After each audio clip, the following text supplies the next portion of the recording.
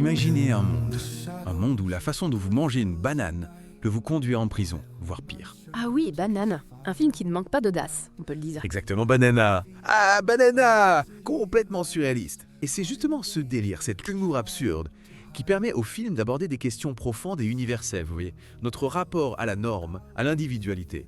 Comment on trouve sa place, en somme? Tout à fait. Et une des premières choses qui saute aux yeux, c'est le contraste visuel très fort entre la forêt, là d'où vient Clark, le personnage principal, et la ville de Goodville. C'est pas juste un changement de décor, c'est une opposition fondamentale entre deux mondes. Ouais, oui, complètement. Deux visions du monde qui s'affrontent.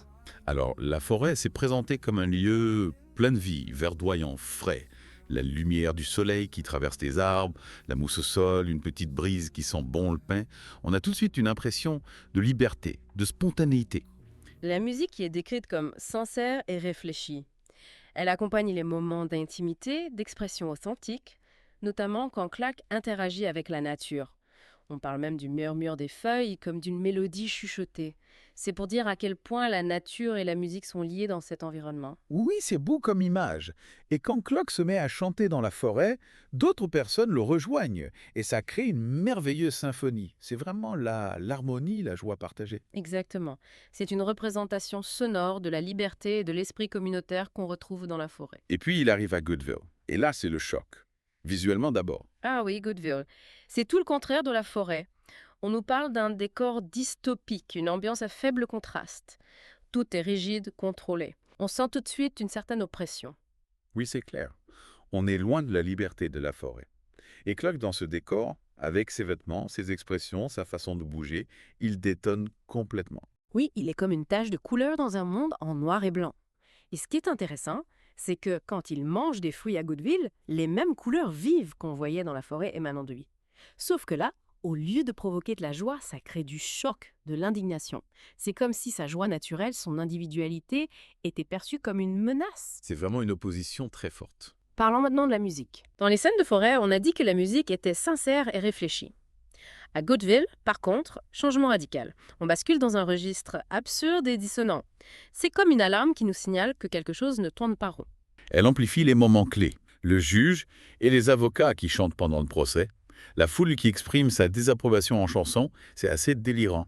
Oui, c'est là qu'on voit bien l'aspect comédie musicale. Et il y a la chanson de la forêt, chantée par Clark et sa mère. Une chanson qui représente vraiment leur culture, leurs valeurs, et qui contraste totalement avec les mélodies, disons, scandaleuses de Goodville. Et ça nous amène au cœur du problème, au conflit principal du film.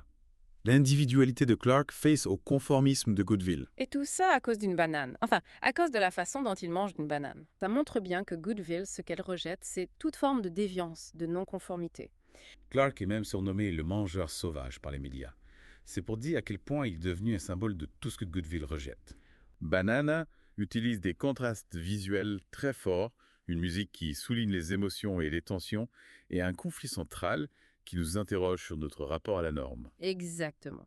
C'est un film qui nous fait rire, mais qui nous fait aussi beaucoup réfléchir. Oui, c'est une comédie musicale surréaliste, mais avec un message profond.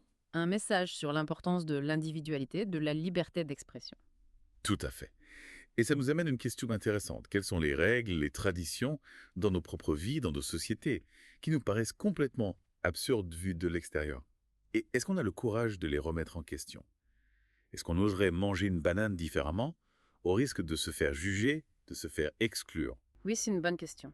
Trouver l'équilibre entre le besoin d'appartenance et le désir d'être soi-même, c'est un défi permanent. Exactement. Banana nous le rappelle avec beaucoup d'humour et d'intelligence.